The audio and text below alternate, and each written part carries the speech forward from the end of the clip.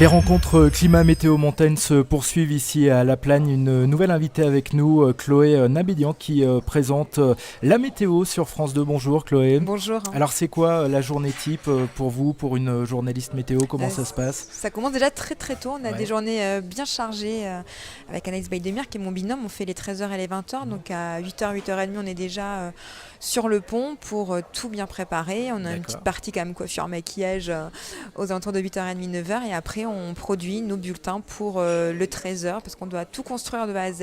Les cartes, les infographies, les actus, les trouvées, les images, les vidéos. Donc c'est beaucoup de travail en amont.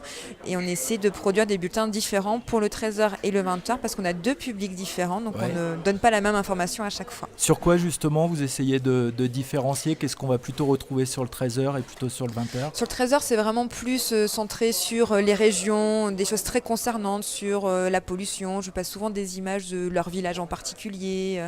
Essayer vraiment de faire des choses qui parlent directement aux personnes qui en regardent entre midi et 2 lorsqu'ils mangent justement, alors que le soir, on peut davantage se permettre de faire du décryptage, d'expliquer les phénomènes, de montrer des vidéos un peu de phénomènes à l'étranger aussi. Donc on prend un peu plus de recul, on parle plus au niveau national à 20h et plus au niveau régional à 13h. Alors qu'est-ce qui est important pour vous dans ces rencontres météo-montagne? Quelles sont les informations que vous avez déjà retenues? Déjà, on essaie vraiment d'en apprendre un maximum sur les conséquences du dérèglement climatique. Il y a eu des conférences extrêmement intéressantes hier, notamment par rapport à ces fameux astéroïdes qui est gorgé d'eau. Donc c'est des choses qu'on peut nous utiliser après pour en parler justement dans le 20h le soir, pour expliquer un peu les solutions qui pourraient exister pour plus tard, comprendre un peu comment tout fonctionne et essayer d'en apprendre un maximum pour pouvoir nous après en ressortir quelque chose de synthétique et de pédagogique après pour le plus grand nombre. Comment est-ce que vous essayez de développer la formation, notamment l'hiver, sur ce qui touche aux montagnes, puisque c'est un peu sensible pour nous qui habitons à la montagne, hein. Il y a derrière des conséquences économiques. Donc comment vous arrivez à donner une information juste, mais pas forcément négative? C'est très très difficile, c'est une bonne question, parce qu'on a déjà pu le constater là, quand il y avait vraiment un manque de neige important. Nous, ce qu'on donne, c'est une information généraliste, pas localisée. Donc on donne des fourchettes, on dit qu'il va neiger entre 10 à 50 cm de neige. Effectivement, on fait une ordre de grandeur généraliste, mais c'est pas forcément dit qu'il y aura 50 cm pour tous les massifs.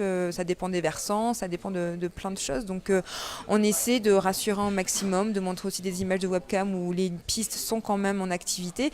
Même s'il n'y a pas de neige autour, on leur montre que les pistes sont quand même ouvertes, ce qui est quand même le phénomène le plus important pour ceux qui veulent passer des vacances à la montagne. Et ensuite, on essaie vraiment de ne pas être démoralisant, au contraire, de leur dire regardez, il va neiger tant à tel moment. Alors oui, ce ne sera pas en dessous, mais au-dessus de 2000 mètres d'altitude, mais rassurez-vous, vous allez pouvoir profiter de vos vacances tranquillement.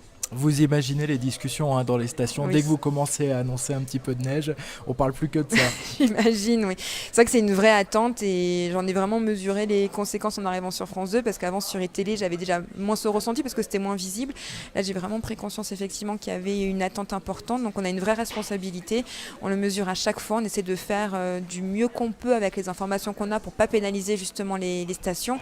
Mais malheureusement, quand il n'y a pas de neige, il n'y a pas de neige et c'était le cas dans les Vosges, le Jura, le Massif central pendant très très longtemps. Et là, l'absence de neige, on essaie plutôt de leur dire regardez, vous pourrez faire du parapente, c'est aussi des activités extraordinaires à faire en montagne. On essaie de trouver des solutions aussi pour les personnes qui partent là-bas également en vacances. Merci beaucoup donc Chloé, à bientôt. Merci à vous.